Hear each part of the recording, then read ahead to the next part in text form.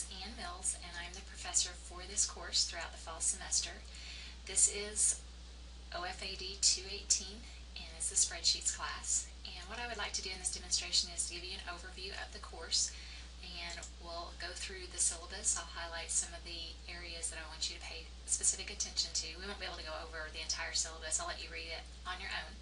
Then we'll also take a look at some of the tabs that are in Blackboard. We'll also look at the discussion boards briefly, just so that you know how to get into those and respond to the discussion boards as needed throughout the semester.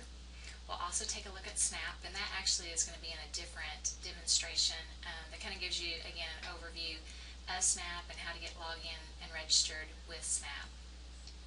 I'll also address the tests that we'll have throughout the semester, and then I'll highlight the tasks that need to be completed for week 1. So let's begin first of all by taking a look at the syllabus. Let's see if I can get this fit on the screen. Alright, and you can find the syllabus in the syllabus tab within Blackboard, so it'll be the same as what we see here. And you can see the contact information for me at the top, and with my email address and phone number. And I am located on the Evansville campus in room 211 in S. My office hours are found in the Professor tab in Blackboard, so you can check those out when we get into Blackboard. Supervisor's name is there.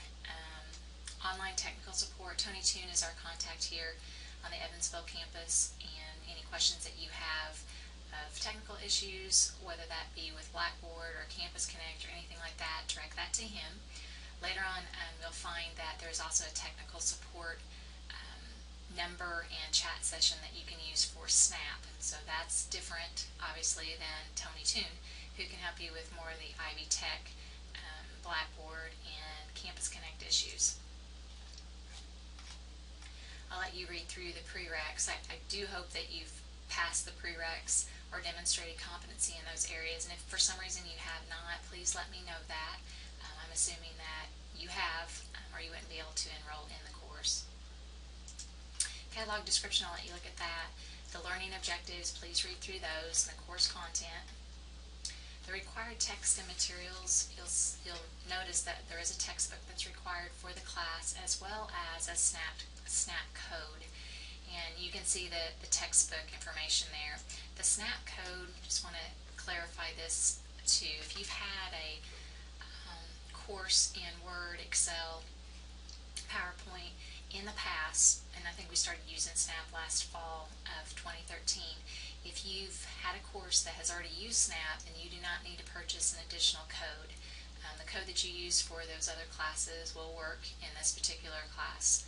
So if you've purchased that and can return it, don't need it, and can return it to the bookstore, please do so.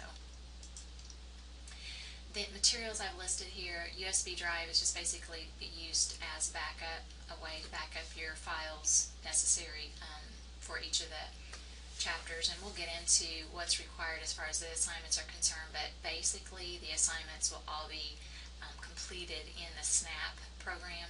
So anything that you want to save for yourself, you'll use the USB drive for that. I've also listed the requirements there for the SNAP program, and you'll excuse me. You'll notice here too that Office 2013. Excuse me.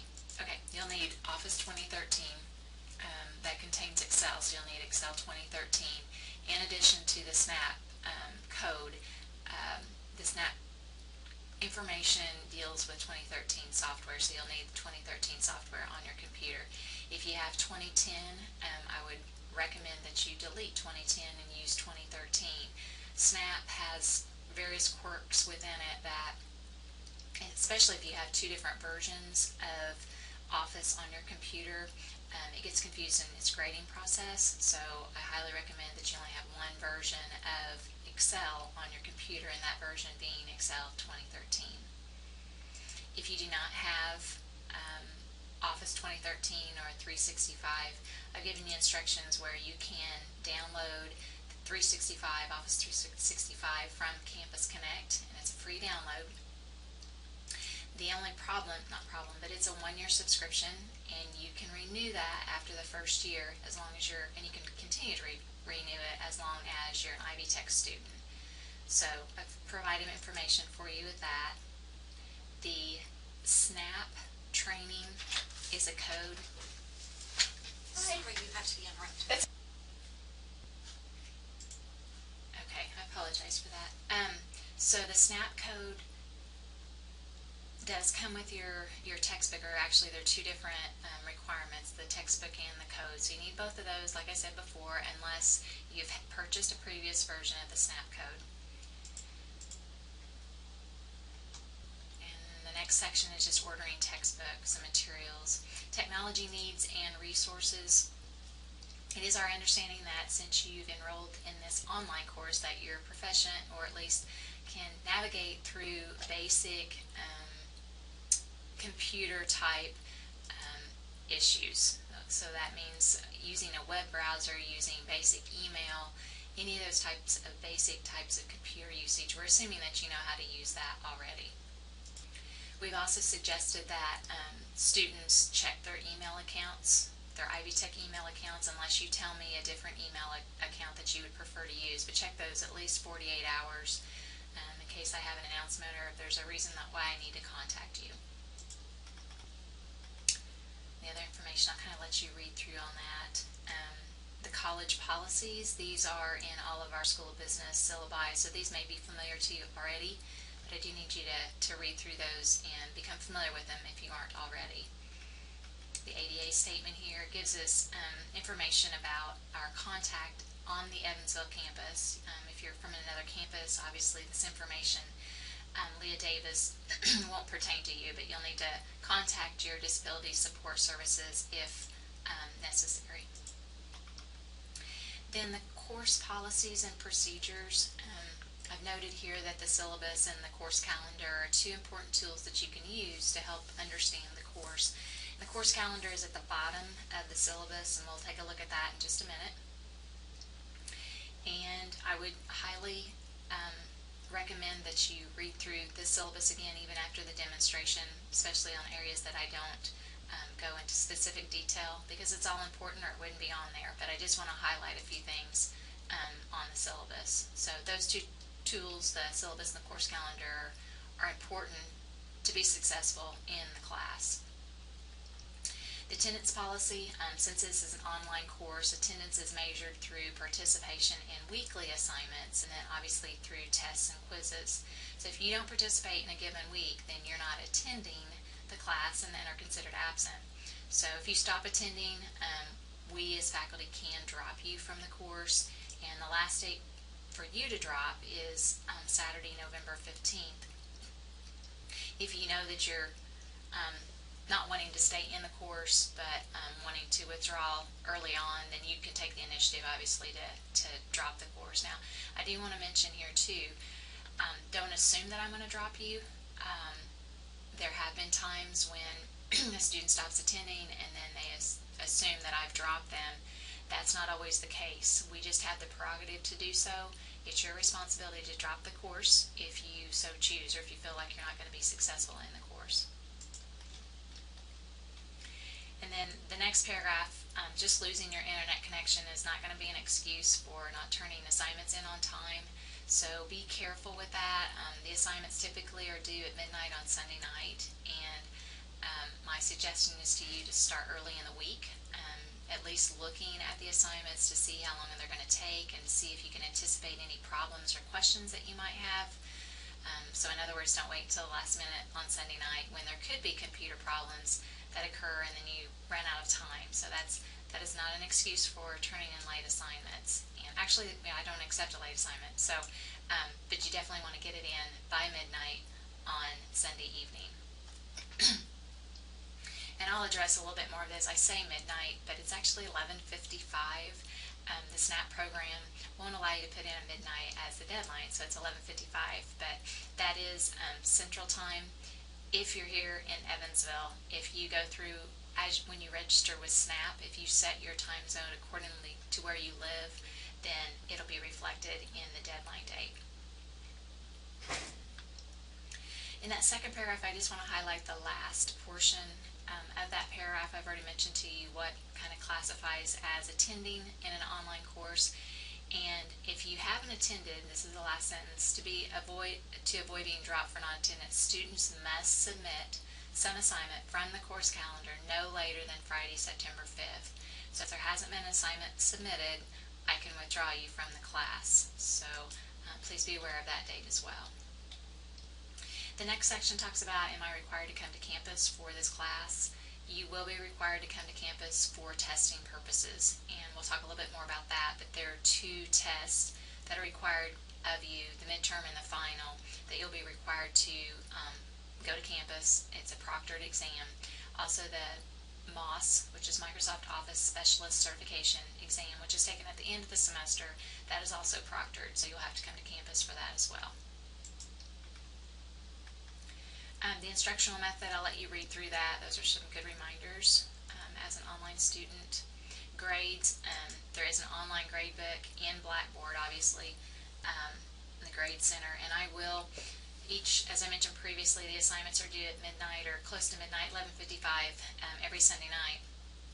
So on Mondays and Tuesdays, try to do it by Monday, but I'll be transferring grades that you, or scores that you complete in SNAP, because it has its own grade center. The SNAP program has its own grade center.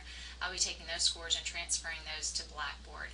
That's a manual process, and so I'd like for you to check each week to make sure that those scores are correct and that the transfer has been done correctly. And as soon as you see any error in those transfer of scores, please email me, call me, and let me know that. Do not wait until the last semester or the last week in the semester to check those and then come back to say that a score is missing or whatever. You need to keep up with those on a weekly basis. Again, the transfer will probably take place after the deadline date. So even though you complete an assignment on Monday of a given week, the assignment actually isn't due until midnight on Sunday, so I don't do any transferring of grades or scores until after the deadline date. The makeup policy, I do want to highlight this because it's a pretty stiff penalty, and this mainly pertains to tests. But I'm going to read it to you, sorry, but you can read along with me. If a student knows in advance that a test cannot be taken at the scheduled class time or scheduled time, the student may arrange with the instructor to take the test before the regularly scheduled test time with no penalty. So in other words, if our midterm is October 1st, if it were October 1st, I don't know the exact date, right? It's not in front of me. But if it's scheduled for October 1st through the 7th and you know you're going to be on vacation or you can't take it that week, you can certainly take it before everybody else does, before October 1st, without any penalty. That's all that means in the first paragraph. The second paragraph indicates that if a student knows in advance that a test cannot be taken at the scheduled time and cannot take the test before the regularly scheduled time, then the student may arrange to make up the test prior to the next scheduled class meeting, which in essence, since this is an online course, that just means you basically have a week. I'll give you a week because typically on traditional classes meet once a week, or they may meet twice a week, like a Monday, Wednesday, Tuesday, Thursday. But I'll give you a week on that, and so you have a week to make up that test. However, there is a 30% penalty. So you're starting out with a C if you're not able to take the test and you can't take it before everyone else. So that's kind of what that paragraph's talking about, and I give you an example of the point possibilities there. And then the third sentence, it's actually the third paragraph, but it's a one sentence paragraph. If the test is not made up during the following week, the student will receive a 0 for that test. So, and then the fourth paragraph is pretty important too. If the student does not contact the instructor by phone, not email, but by phone prior to the test, or when that scheduled test time is, the student will not be able to make up the test and therefore will receive a 0 for that test. So again, if the scheduled test time is October 1st through October 7th, and you call me October 3rd or October 10th and say that you can't take the test, you're not going to be able to make up the test. You have to call me prior to October 1st when that scheduled test time is in effect. And I asked for a phone call because I've had students in the past who have indicated that they've sent me an email and I never received the email. So it's possible that it got lost in cyberspace or wherever, but I I really need a phone call. And if I'm not here, you can just leave me a message and let me know the situation. The makeup policy for quizzes, there is no makeup policy necessarily. However, at the end of the semester, I'll drop the lowest quiz score. So if for some reason you missed a test or quiz, can't make it up, that we'll use that as the lowest test quiz score. Sorry. All of your quizzes will be completed in SNAP too, and again, we'll cover SNAP a little bit later on. Every quiz has 20 questions on it. The total possible points for a quiz is 10 points, so each one of those questions are a half point each. And you will have 30 minutes to complete the quiz. Once you start the quiz, you're not going to be able to exit out or save or anything like that. You need to complete it in one setting. Excuse me. So make sure that you do have time allotted to complete that quiz in one shot. And you only have one chance to take it. So obviously, and I mentioned this in the paragraph, that you will have time to look up a few answers in your textbook. Obviously it's open book, but probably not enough time to look up everything. So you'll need to study beforehand prior to taking those quizzes. As mentioned previously, the last date to withdraw from the course is November 15th. So when you need to take initiative yourself to fill out the proper paperwork to do that. And then write a revision. I'll let you read through that. Course communication, it is our responsibility as faculty to respond to student email within 36 hours of receiving it. And I shouldn't say of receiving it, is when you've sent it. And I want to clarify that just a little bit. The 36 hours, just a response could mean that I received your email, I'm unable to answer it at this time. I will, like if it's on the weekend, if you send an email Friday night at 11 p.m., it's my responsibility to respond to you within 36 hours. Now my response may be, I'm unable to answer your question right now, but I'm unable to answer your question right now, but I will answer it on Monday when I return to work. So please know there's a little bit of sometimes misunderstanding what that 36 hours is. My plea to you is to start early on your assignments. That way, if you have questions, I have enough time to respond to you and help you with any issues or questions that you have. Also, with communication email, if you send me an email, I feel like I'm pretty quick to respond to that under most circumstances. The distinction here is do not use the messages. Some classes use messages within Blackboard. I do not use that. I'll use email, and my email address was listed up above, so please refer to that. If you need to contact me, you can email me or you can call me.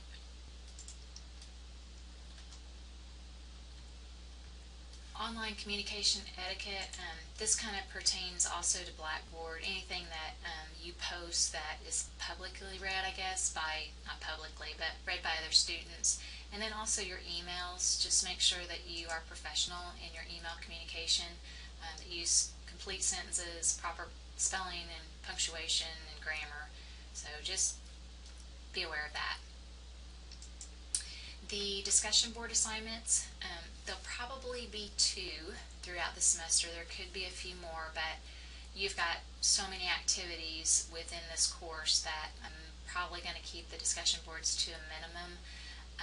But look for those throughout the semester. I'll definitely have a few throughout the semester, and there will be a grading rubric for that, and I'll show you where that is in Blackboard in the course documents area. So those are the discussion board assignments. And then SNAP, you can see the second paragraph here. The SNAP training and assessment software is a web-based program, so you don't have anything that you need to install necessarily, and you can access it from anywhere, whether you're at the library or at home or someone else's home. It's web-based, so you can access that anywhere that you need to, as long as you've registered, which we'll go through that process here shortly. You'll have tutorials, skill exams, quizzes, assessments, and other training within SNAP. So in other words, that will all be done in SNAP, and the deadline for all of these assignments will be midnight or 11:55. So anything submitted after that time will not be counted. Okay? More information about the quizzes, we just have it in a different location. So I'll let you read through that. The exams, as I mentioned before, there'll be two, and what I say performance-based proctored exam. The performance-based just means it's all hands-on. There won't be any theory or multiple choice or anything like that. It's all hands-on. So you'll have two of those. One, well, it's kind of close, October 13th through the 18th, which is Monday through Saturday. That's the midterm, that's level 1. And then level 2 is December 11th through the 17th. That is a Thursday through a Wednesday. So Thursday is a couple of days before finals week, and then Wednesday is in the middle of finals week. So take special note of that. When you take your exams, you will want to contact the certification center if you're from the Evansville region, and I've provided information here for that. If you're outside the Evansville region, you do need to locate your proctor from your Ivy Tech campus. You'll need to send me information, who the contact person is, their phone number, and email address, and I would really like for you to send that as soon as possible so I can get that information back to the proctor so that the test is ready for you when you come in to take your test. And every campus is different. I'm not sure, depending on what region you're from, whether you can walk in and take an exam or if you have to schedule an appointment to take an exam. But I do know from the Evansville campus you do need to call and schedule an appointment. The other exam that you'll need to come in and take on a campus or at your local campus is the MOS test, and that's the Microsoft Office Specialist Certification Core Exam. That will be done at the end of the semester, and I'll let you read through that, but that's just treated like any other test. You'll still need to schedule it a time, and typically that exam you'll want to allow probably an hour for it. So we'll talk more about that as we go throughout the semester, and I have additional information in the course documents area regarding the MOS exam. The deadline to complete that MOS exam is Wednesday, December 17th. The certification exam itself, the fee for that was included with the cost of your tuition, so there's not an additional fee to take this exam. It does come with the original test that you'll take plus a retake if you happen to fail the first time, so that's all included. What I'm saying in that paragraph is both the original test and the retake have to be completed by Wednesday, December 17th. Now, if you take it, let's say on December 17th, and you don't have time, obviously, you're not going to be allowed to take it on the 18th or the 19th or whatever, you can still retake that exam. I think you have up to 30 days to retake that exam, and that's fine.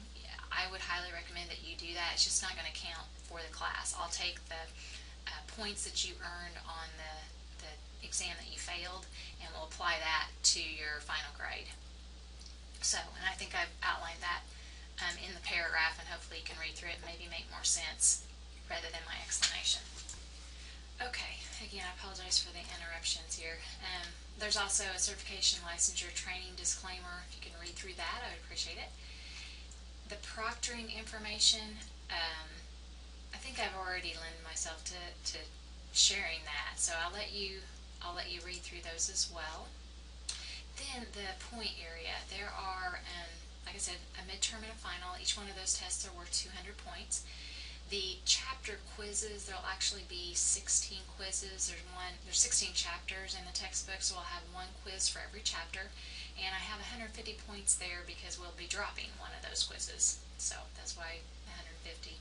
The gradeds and the assessments, I'll talk more about that, but we'll have approximately 600 points with that. Performance evaluations, 200 points. The certification exam is worth 50 points of your final grade, and the discussion board assignments will be 20 points. And again, those are tentative. I may have 2 to 4 discussion boards throughout the semester. And just to re-emphasize here, all the coursework in the class must be completed on Wednesday, December 17th. And then the grading scale is listed here, and that's pretty typical for any School of Business class. The additional support, I'll let you read through those. Student conduct statement, you can read through that. The student handbook, I'll let you read through on your own. Then at the bottom of the syllabus, as I mentioned previously, is the course outline or the course calendar, and just some information about me, which you found at the beginning of the syllabus, so just to reiterate that a little bit. And then I've tried to provide guidelines here as to what we'll be looking at throughout the semester. I've put in the week 1, that first day of the week, which would be Monday, and then when the due dates are for each of these. So I've tried to outline that throughout the semester. You'll notice here the week 1, the topic that's included, the objectives that should be covered in those chapters, and then the assignments and the assessments. These are just recommendations. You will not turn those in that are done in the textbook. These assignments and assessments are very similar to what you're doing in SNAP, and in fact some of them are the exact same ones. So my recommendation is to complete the ones in the textbook first on your own outside of SNAP, and then once you have those completed, which you feel like are correct, or if you want me to look at them, that's fine too. And I also will post the PDF files or what the finished product should look like in the assessments tab, and I'll come back to that when we get into Blackboard. That I would recommend completing these assessments first, making sure that you can do it, then you can go into SNAP where you're actually being graded, and hopefully your scores will be higher. So, but again, I've tried to list all of those throughout the weeks of the chapters that we'll be covering. There are, let's see, there's 1 week where we cover 2 chapters. You'll see that in week 2. We cover chapters 2 and 3. Then you'll notice in week 8, which is the October 13th, the due date on that is the 18th. I want to double check that real quick here, because I had due dates up at the top, and I just want to make sure that those correspond. So 13th through the 18th, that's Monday through Saturday. So those are listed here again. And then we'll start in with level 2, and if you've already looked at your book, you'll notice level 1 has chapters 1 through 8, and then level 2 is in the middle, about the middle of the book, and it has chapters 1 through 8 for level 2. And each one of those levels also has an index. I don't think sometimes students recognize this, but the end of level 1, which is right before level 2, at the end of that level there's an index that shows you where all the topics are and what pages they're located, and that's very helpful. So you'll have one for level 1, and then you also have an index for level 2. So, and then I've also put in here for week 16 the level 2 test, which will actually start at the end of week 15, or at least it's available to you. So I did that so that you'd have a Saturday option if you needed that. And then the certification exam also needs to be completed by December 17th. So that's the syllabus. I highly recommend that you go back through that on your own. And again, the syllabus is located in the syllabus tab in Blackboard. So we'll go through that, and I'll start another demonstration for the Blackboard area.